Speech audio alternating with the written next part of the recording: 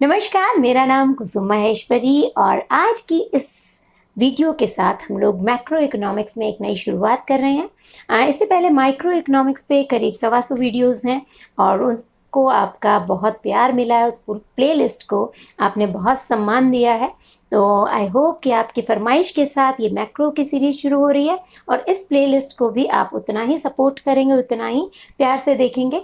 तो इसको शुरू कर रहे हैं क्लासिकल थ्योरी के साथ।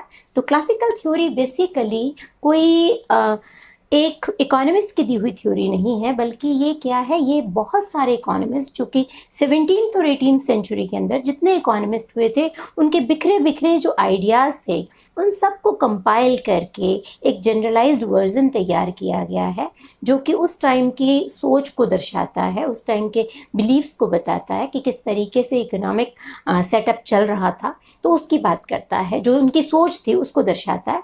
तो इसकी अजम्पशंस जब हम पढ़ेंगे तो हमें अंदाज़ा लग जाएगा। इसमें उन सभी इकोनॉमिस्ट जिनके आपने कभी नाम सुने या ना सुने होंगे, जैसे एडम स्मिथ हैं, जेबी से हैं, मार्शल है, मार्क्स हैं, पिगू हैं, ठीक, तो वो सारे के सारे इकोनॉमिस्ट, माल्थस हैं, तो उन सारे इकोनॉमिस्ट का एक विचारों का संकलन आप कह सकते हो, वो जो है ये थ्योरी है। तो शुरू करते हैं इसके अजम्पशन से। इसके अजम्पशंस करने से क्या होगा, एक एक पॉइंट को बहुत ध्यान से समझना, क्योंकि हर पॉइंट अपने आप में एक शॉर्ट पॉइंट है या इसमें से एक ऑब्जेक्टिव टाइप क्वेश्चन निकलता है। और इवन कि मैंने इसके बहुत सारे शॉर्ट्स भी बनाए हैं, क्योंकि एक ही वीडियो के अंदर इन सब चीज़ों को, डिटेल्स को क्लियर करना आसान नहीं होगा। तो वो शॉर्ट्स भी मैं प्लेलिस्ट में ऐड कर दूंगी, आप प्लेलिस्ट से देखिएगा तो आपको फ़ायदा होगा।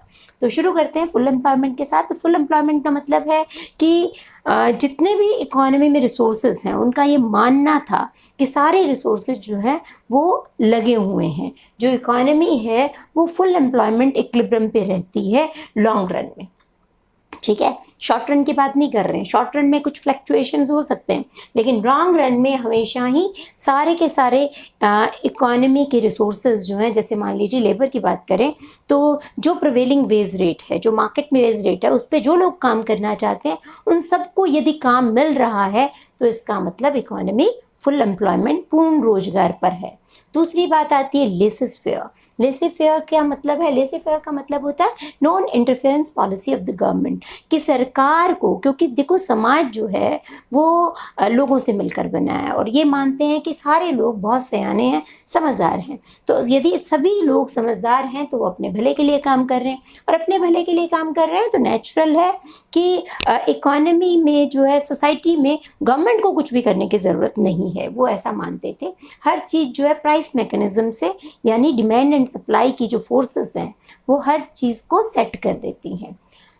और जेबीसी ने कहा supply creates it's on time, it's on demand, means कि जितना भी आप मार्केट में प्रोडक्ट प्रोड्यूस करोगे उसके बराबर की इनकम जनरेट हो जाएगी, और जितनी इनकम जनरेट होगी वो सारी की सारी डिमांड में कन्वर्ट हो जाएगी। तो इसलिए कभी भी ओवर प्रोडक्शन या अंडर प्रोडक्शन की पोजीशन नहीं होती है, मार्केट हमेशा इक्विलिब्रियम में रहेगा अगेन। और इसका कारण मेन क्या था कि उन्होंने ये माना कि मनी जो है वो सिर्फ और सिर्फ उसका एवोल्यूशन या उसका ईजाद जो है वो इसलिए हुआ है ताकि वो ट्रांजैक्शन को फैसिलिटेट कर सके।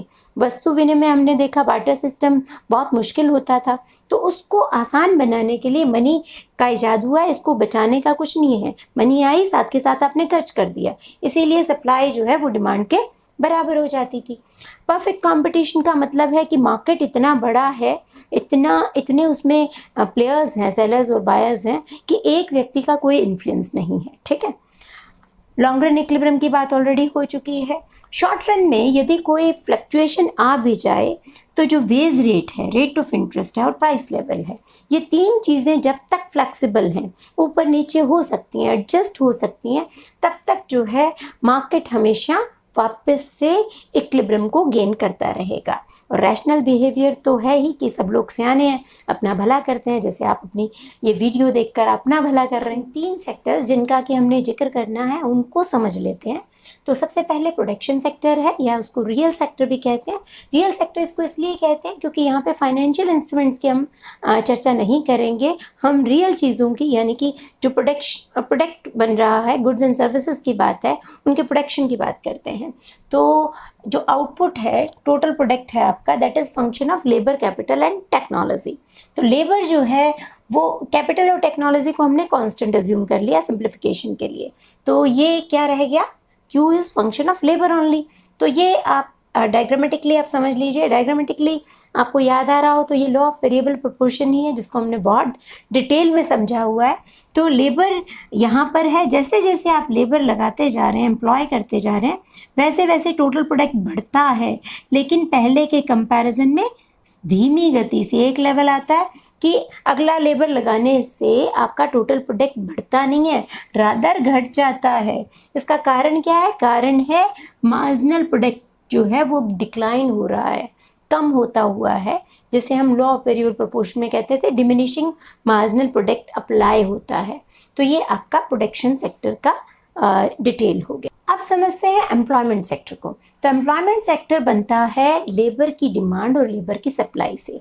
और डिमांड और लेबर की सप्लाई को समझने के लिए थोड़ा सा दिमाग पे जोर ही डालना है, आपको अपने आप समझ में आएगा कि जब मजदूरी बढ़ती है या सैलरी बढ़ती है तो आप ज़्यादा काम करने को तैयार होते हो, ज़्यादा लोग काम करने को तैयार होते हैं।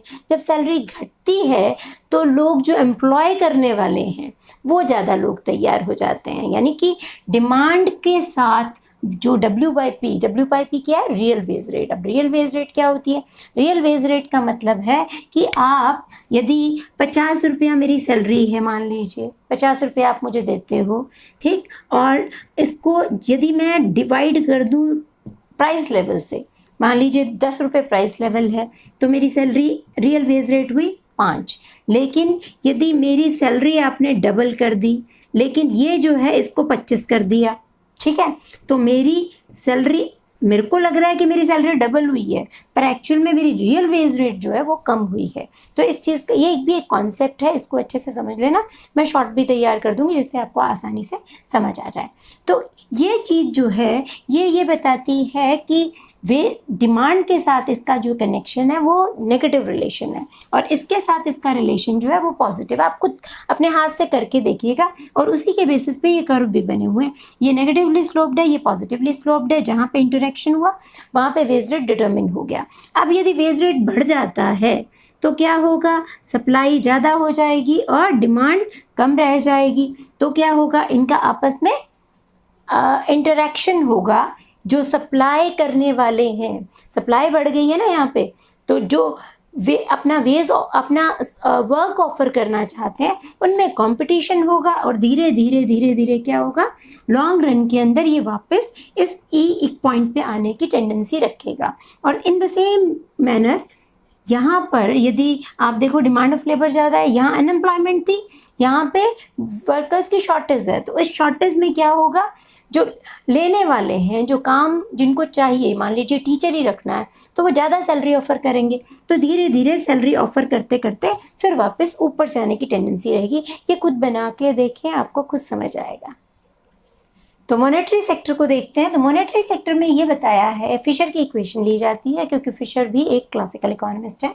तो वो ये बताते हैं कि मनी की सप्लाई और मनी की डिमांड जहाँ बराबर होती है वहाँ फाइनेंशियल सेक्टर का इक्विलिब्रियम होता है, यानी कि प्राइस डिटरमिन होगी यहाँ पर।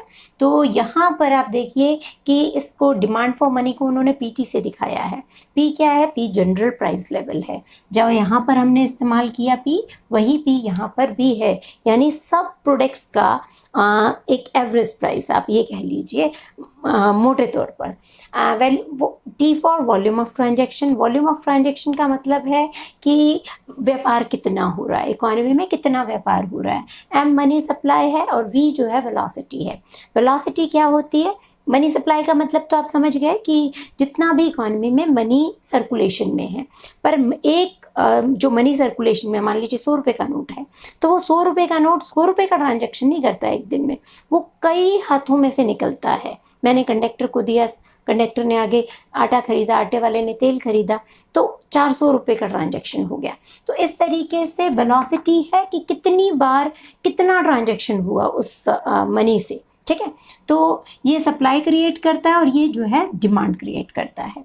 तो जहाँ इक्विलिब्रियम होगा वहाँ ये दोनों बराबर होंगे। अब ये इक्वेशन आपको ये बताती है कि देखो वेलोसिटी जल्दी जल्दी चेंज नहीं होती है मार्केट में, और टी जो है वो फुल एम्प्लॉयमेंट लेवल का आउटपुट है, वो भी नहीं चेंज होगा। तो एम और पी का डायरेक्ट रिलेशन है और प्रोपोर्शनल रिलेशन है।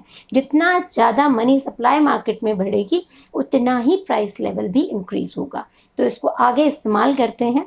आप एक स्क्रीनशॉट ले लीजिए ताकि आप मुझसे किसी पीडीएफ की डिमांड ना करें, आप इसको समझ लीजिएगा यहाँ से। तो ये आपको शायद पसंद आया होगा। ये यूजी लेवल के लिए, अंडर ग्रेजुएट लेवल के लिए एक सिंप्लीफाइड क्लासिकल मॉडल का फ्रेमवर्क है, जिसमें 4 सेक्शंस हमने बनाए हैं। फर्स्ट सेक्शन में लेबर मार्केट से डील किया है, जहाँ पर आपको फुल एम्प्लॉयमेंट लेबर कितनी है आपकी ये पता चलता है, और उस पर वेज रेट कितनी है, रियल वेज रेट कितनी है उसका पता चलता है। और यहाँ से जितना लेबर डिटर्मिन होगा उससे पता चलेगा कि फुल एम्प्लॉयमेंट लेवल पे आपका आउटपुट कितना होगा।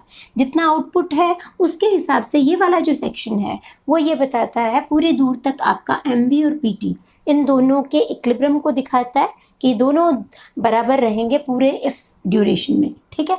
और यहाँ से आपका प्राइस लेवल निकल कर आता है। और इसकी जो शेप है वो इसकी वजह से उसको रेक्टेंगुलर हाइपरबोला बताते हैं, कहते हैं। और आपका होमवर्क ये होगा कि आप मुझे ये बताएंगे कि इकोनॉमिक्स में और कौन सा रेक्टेंगुलर हाइपरबोला हम बनाते हैं, ठीक है। तो वो मुझे ज़रूर बताइएगा।